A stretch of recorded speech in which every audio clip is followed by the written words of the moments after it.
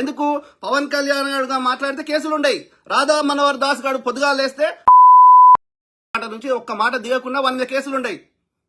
నీ భాష నీకు అప్ప చెప్తే పవన్ కళ్యాణ్ ఇట్లా మాట్లాడుతాడంటే కేసులు పెడతావరా బోసిడికే?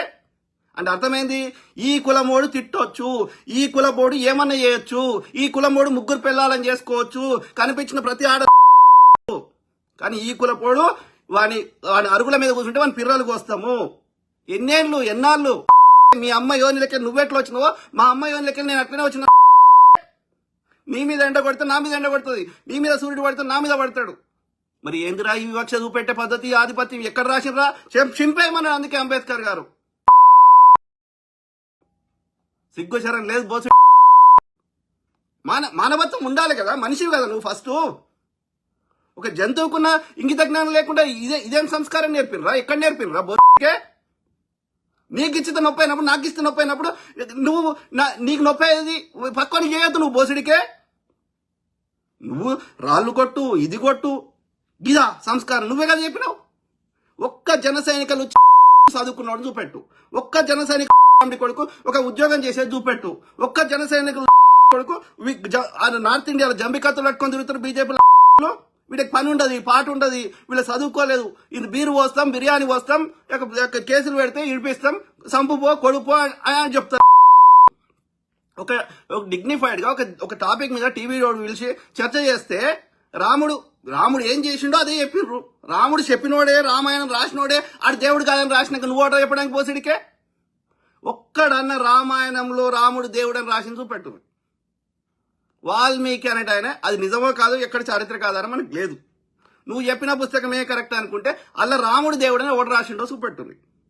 ఇటు ఆదర్శ పురుషుడు రా, ఈ జీవితం ఆదర్శంగా ఉంది, ఇట్లా అందరు బతకాలని వాడు ఇట్లా ఇది భావితరాలు ఈయన లెక్క ఉండాలని చెప్పిండు. ఎందుకు వాడు ఆదర్శమైండ్రా అంటే ఆ వాల్మీకి ఆ బాపనోడు చెప్పింది తూజా తప్పకుండా వాటించి మూలవాసులను చంపి బాపనోడు చేసే మూలవాసులను చంపడానికి కావాల్సిన అస్త్రశస్త్రాలు తయారు చేసే బాపన్ల గుడ్డిగా సపోర్ట్ చేసినోడు రాముడు.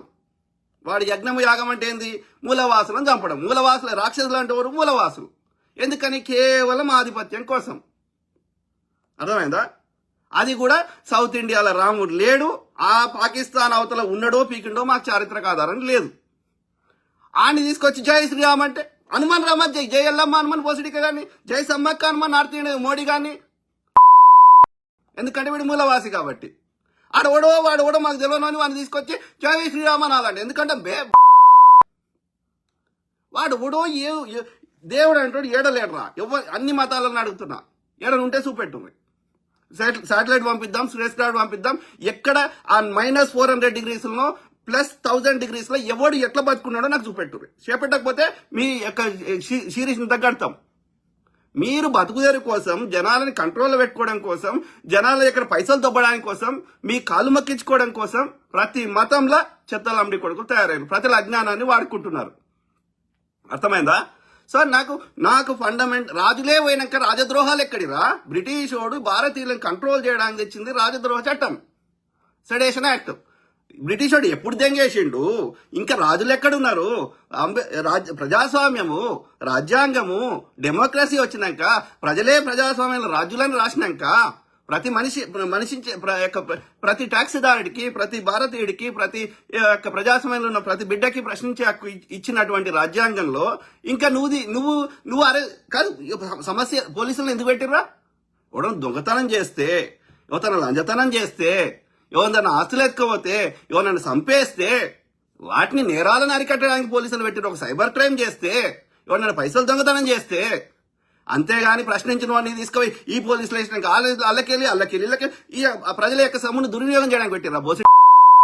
మీ యొక్క పర్సనల్ సెక్యూరిటీ గార్డ్ లెక్క పోలీసు వ్యవస్థను వాడుకుంటా అంటే పోలీసులకు నువ్వు జీతం ఈ పవన్